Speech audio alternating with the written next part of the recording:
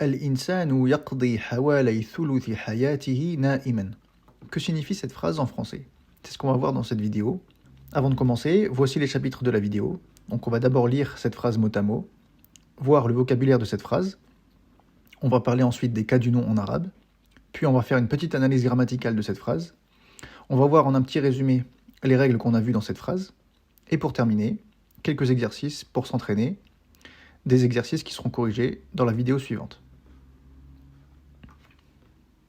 Alors cette phrase se lit Al-insanu yaqdi hawalay thuluthi hayatihi na'iman.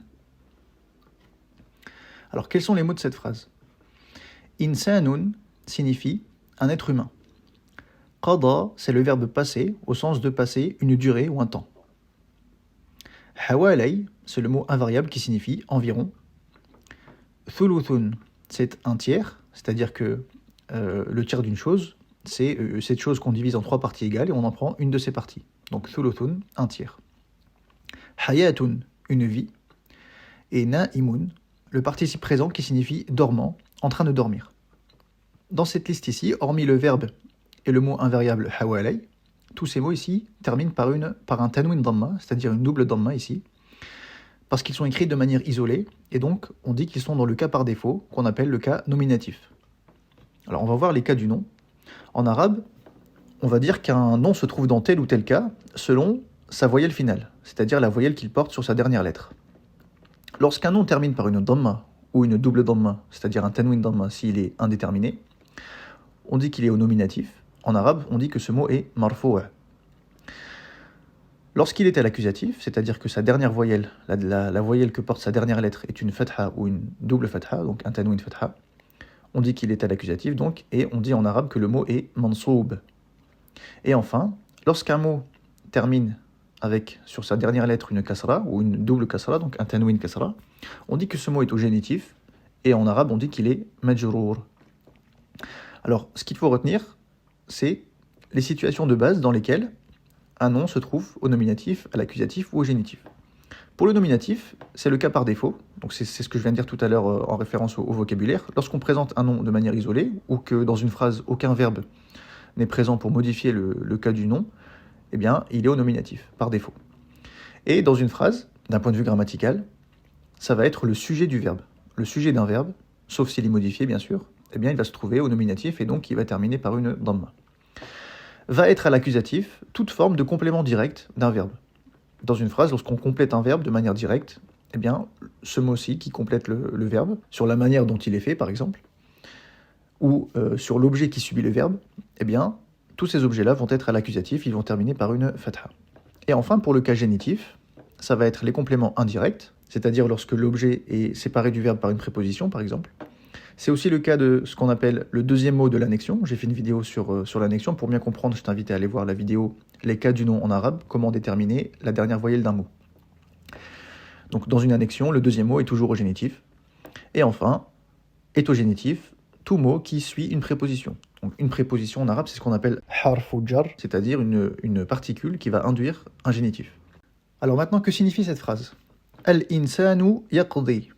Donc l'être humain, yaqdi, passe, hawalay, environ, thuluthi hayatihi, un tiers de sa vie, le tiers de sa vie, na'iman, donc dormant, en train de dormir, c'est-à-dire le tiers de sa vie à dormir.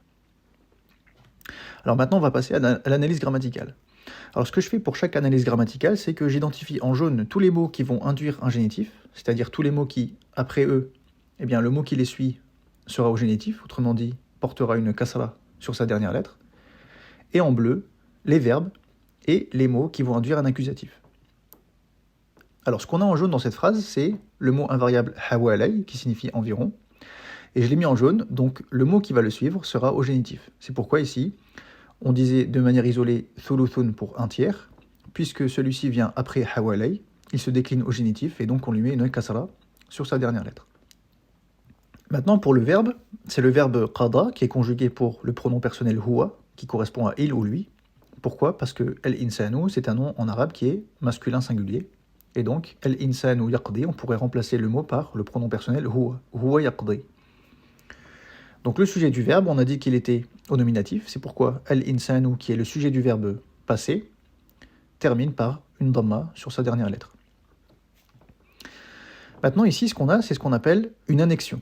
Donc j'ai fait une vidéo sur ce type de structure. Ça va être une phrase de la forme « le chien du garçon ». Lorsqu'on a un possédant, le garçon, et un possédé, le chien. Le garçon possède un chien, donc le chien du garçon. Eh bien ici, on a la même structure, on dit « le tiers de sa vie ». Donc dans l'annexion « thuluthi hayatihi », une des règles qu'on a vues sur le génitif, c'est que le deuxième mot de l'annexion, ici c'est « hayatihi », est au génitif. Donc on disait pour une vie « hayatun », et donc la dernière lettre du mot « hayatun », c'est le « ta ». Donc pour montrer que le « ta » ici est au génitif, eh bien c'est sa dernière lettre à la base, le « ta », qui porte la kasra. Et ici, le hi, à quoi il correspond? C'est pour dire, c'est un pronom personnel suffixe, c'est-à-dire une particule qui va correspondre à un pronom personnel et qui va s'ajouter à la fin d'un mot pour dire à qui ce mot appartient. Ici, hayatihi signifie sa vie. Alors, de manière isolée, on dirait hayatuhu. Mais puisqu'ici, le mot est au génitif, eh bien, le hi ici, qui est le pronom suffixe correspondant à lui, va lui aussi subir cette modification et prendre une kasra. Et donc, dans l'annexion « thuluthi hayatihi », ça signifie « le tiers de sa vie ». Ce mot ici est au génitif parce qu'il suit « hawalay », celui-ci parce que c'est le deuxième mot dans l'annexion « thuluthi hayatihi ».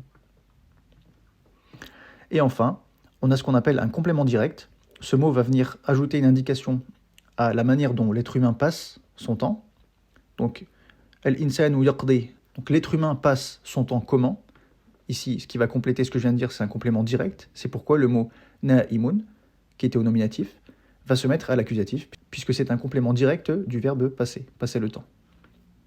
Et donc, on disait na'imun de manière isolée, au nominatif, et là on dira na'iman, et puisque c'est un tanwin fatha, l'écriture en arabe impose l'ajout d'un alif juste après. Alors, qu'est-ce qu'on vient de voir dans cette petite analyse grammaticale? Premièrement, le mot qui suit hawalay, qui signifie environ, est au génitif. Dans notre phrase, c'était thuluthun, le tiers, et puisqu'il vient après hawalay, il est devenu thuluthi. La deuxième chose qu'on a vue, c'est que le pronom suffixe hu, associé au pronom personnel huwa, pour dire que c'est à lui qu'appartient le mot auquel est attachée cette lettre, eh bien il va devenir hi lorsqu'il est attaché à un nom au génitif. Ici, notre nom au génitif, c'était hayati. Puisque hayati est au génitif et qu'à ce mot est attaché hu, eh bien hu va devenir hi. Et cette règle ici, elle est valable non seulement pour le pronom personnel huwa, mais aussi pour le pluriel, c'est-à-dire hum. Le pronom suffixe hum, associé au pronom personnel hum, devient him lorsqu'il est attaché à un nom au génitif. Et c'est d'ailleurs aussi le cas pour le pluriel féminin. Dans ce cas, le pronom suffixe c'est hunna, qui est associé au pronom personnel hunna, et il va devenir hinna lorsqu'il est attaché à un nom au génitif. Alors pour terminer, voici quelques exercices qui vont te permettre d'appliquer ce qu'on a vu dans ces deux premières vidéos de la playlist « Lire et comprendre une phrase ». Le premier exercice consiste à traduire la phrase suivante en arabe.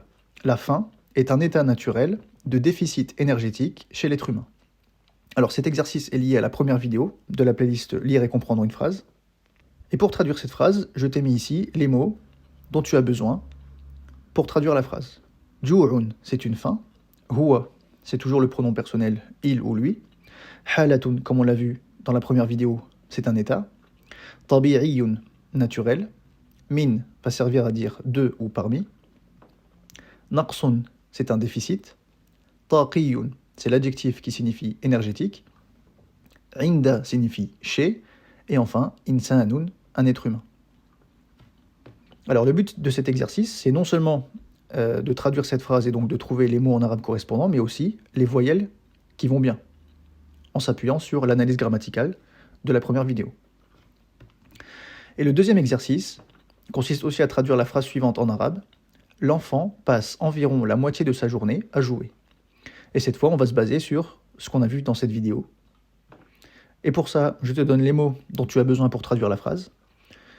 Pour dire un enfant en arabe, on dit tiflun. Qada, c'est toujours le verbe passer, passer un temps, passer une durée. Hawalay, environ.